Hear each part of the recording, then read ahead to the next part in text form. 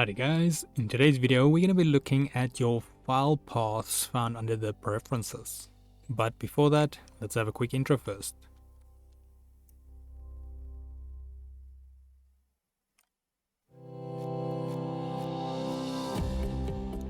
So today's video can be found on softwaretraining.co.za. We make short and easy to watch problem solving videos, and we also have daily updates.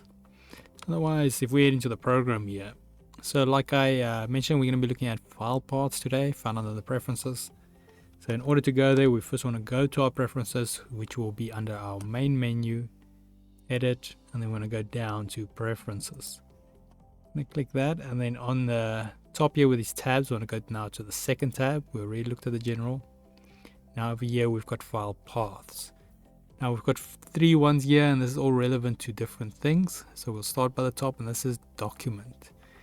So currently what's going to happen is if I click open, import, or something in that line, even save, this is the default location it's going to take me to. Now you can choose a new one by going browse. So if there's a specific folder which you want it to work within, maybe you have like a one for work and different clients in there, then you might just make it in the header on the head folder like the work one. So that is one option, and then under that we have this little check box where we can say update default location on import, open, or save. Now if this is on, then what's going to happen is if I import a file and then I go and open, it's going to go to that same location I imported from. Or if I go and save a file somewhere else, when I click open, it's going to go to the same place where I've saved my file. So it's going to constantly update this folder depending on where you're at. Can have you a quick sample of that. So let's say I'm going to go here, file, open. You can see we've got a little Grammy, it's opening it here. But let's say I go up one, select this file, open it, and then we can close that, say no. And then if I go file, open again, it's going to leave me in the same folder I was just in, even though we started in this folder. So now let's quickly going to open this and change that setting so we can see the difference. This is currently with it enabled, so it's going to constantly update it for us. Now let's switch this off. So now currently our folder which we've chosen is this one with the Grammy. So I'm going to do exactly the same formula. I'm going to go up, open this one, close it, say no, and then if I click open now, originally it went to that little polka dot image. Now it should take us back to our little Grammy, which is over here. So that is the difference in those two.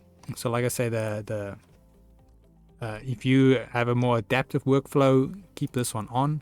So it will adjust this document location every time you go to a new place. Otherwise, if you have a main project you always want to default to, just leave this one off. Then temporary files, this will be while you work in the program with temporary files get saved to.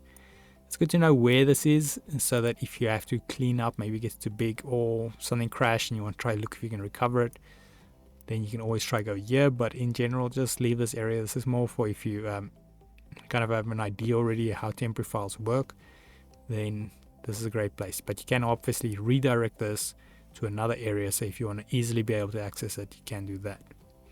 Then at the bottom here, we've got Adobe plugins. So this is only relevant if you actually have Adobe Photoshop with plugins installed.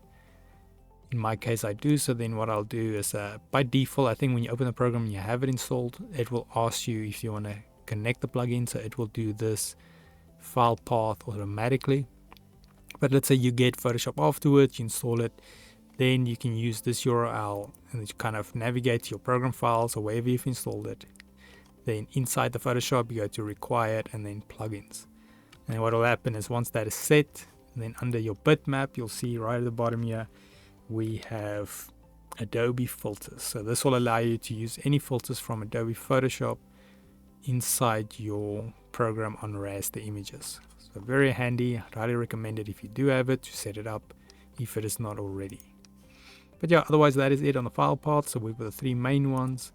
We've got your documents, your default location. I'm going to leave that on. Your temporary files and Adobe plugins. Very straightforward, but it is good to know what they do and where they are located. Otherwise, before we move on, if we head here to softwaretraining.co.za, you guys will notice we've got a variety of different softwares we do cover. and you can also isolate your search on the top right. If you do not, however, find the training videos you're looking for, just simply go here, request a training video, fill in the mini form, and then we'll do our best to try and make that for you. But otherwise, thanks guys for watching, and cheers.